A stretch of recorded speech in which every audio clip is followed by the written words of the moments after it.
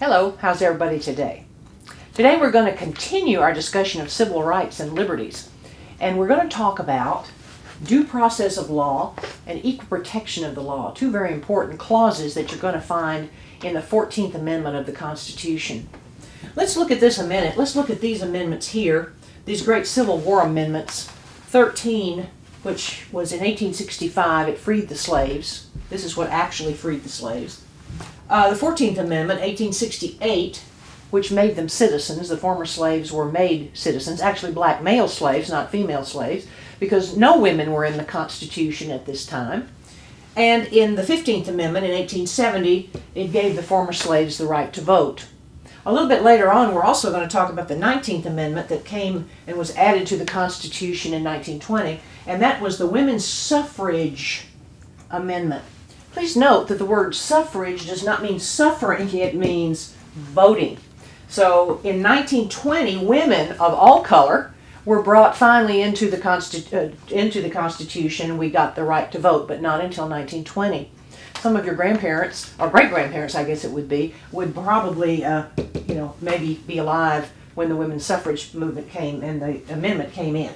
But let's look at these amendments. I'm going to read to you, and if you can follow along in your Constitution, they're very short, or at least first one is very short. Neither slavery nor involuntary servitude, except as punishment for crime, whereof the party shall have been duly convicted, shall exist within the United States, or any place subject to their jurisdiction. You can't have slavery. So, freed the slaves, 13. 14. All persons born or naturalized in the United States and subject to the jurisdiction thereof are citizens of the United States and of the state wherein they reside. Now that's the first part of the 14th Amendment. Now let me go on to the 15th Amendment, and then we'll return to the rest of the 14th Amendment. The 15th Amendment, voting rights. The right of citizens of the United States to vote shall not be denied or abridged by the United States or any state on account of race, color, or previous condition of servitude. So this gives everybody the right to vote, except women, of course, at that time. Now we're going to come back to the 14th Amendment. I'm going to read the rest of that little paragraph. We've got citizens here, and then it says this: no state shall make or enforce any law which shall abridge the privileges and immunities of citizens of the United States, nor shall any state deprive any person of life, liberty, or property without due process of law, nor deny to any person within its jurisdiction the equal protection of the laws. So here are two very, very important clauses in the 14th Amendment: the Due Process Clause and the Equal Protection Clause. The Due Process Clause, you've talked about, and we've talked about due process before, in the 5th Amendment. In the 5th Amendment it said, the United States government, the national government, cannot deny any person life, liberty, or property without due process of law. That applies to the national government. This one says no state can deprive you of life, liberty, or property without due process of law. What are the due process guarantees? They are in Amendments 4, 5, 6, and 8 of the Bill of Rights. This due process clause of the 14th Amendment has created something called the Incorporation Doctrine. Mainly what this does, very simply stated, it applies the Bill of Rights, most of the Bill of Rights, not exactly all of them, but all of those protections to the states. It incorporates those rights and applies them to the states. So you have to have indictment, no unreasonable search and seizure. You have to have a trial by jury. You have to have right to counsel for your defense, and so forth and so on. All right, so then we have the Equal Protection Clause, and we have hundreds and thousands of cases, particularly in the movement beginning right after the Civil War, how our country changed, particularly in the South, to grant equal protection of the laws to former slaves. And let's look a little bit at history and see how this played out. The Civil War was ended in 1865. And in the years following that, there was reconstruction of the South by the North, where you actually had Northern troops marching to the South and maintaining control. All the old Confederates lost the right to vote and the right to hold public office. Most of them were Democrats. Democratic Party was the party of the South. The Republican Party was the party of Lincoln and the party of the North. You had carpetbaggers and scalawags coming into the 11 southern states. They were voting, they were holding public office. And you had Republican governments in those states during Reconstruction. There was widespread black voting in the South during Reconstruction. But in 1875, Reconstruction was over. The Northern troops marched back north, and the old Democrats got the right to vote back and the right to hold public office back. They voted themselves into office, and they held power in southern states for over 100 years. One of the first things they did after they got control was they passed a series of laws in all southern states called the Jim Crow laws. This term comes from an old minstrel song where they would say "Jump Jim Crow," where white people would actually put on blackface and sing black songs and so forth. So the Jim Crow laws were laws of segregation de jure, segregation by law. In days of slavery, there was no segregation. If you owned slaves, you want your slaves close by you so that that's your property, you can watch them closely. No segregation. But the Jim Crow laws separated the races for many, many, many years in the southern states. And in 1896, there was a very important Supreme Court case called Plessy versus Ferguson.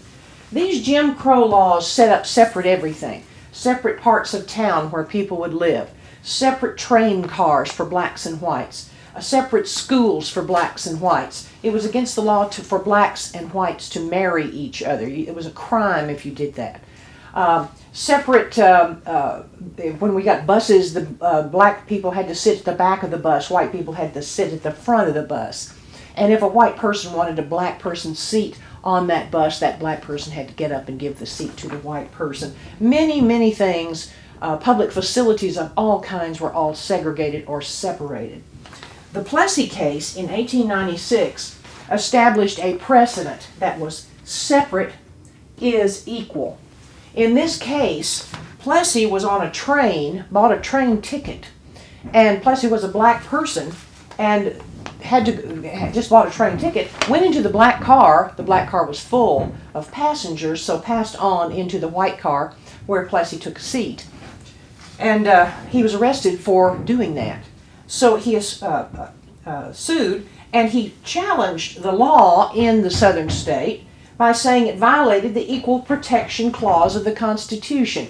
I buy a ticket for a certain price, there are no reserved seats, and another person buys a ticket, a black person buys the ticket, a white person buys the ticket, no reserved seats, the tickets cost the same, and yet the black person has to sit in a specific place, whereas the white person can sit wherever they would like. That is violation of equal protection. Equal protection. You had separate schools. The black schools were never maintained the way the white schools were. The books were never maintained or made available. The teachers were paid less in black schools.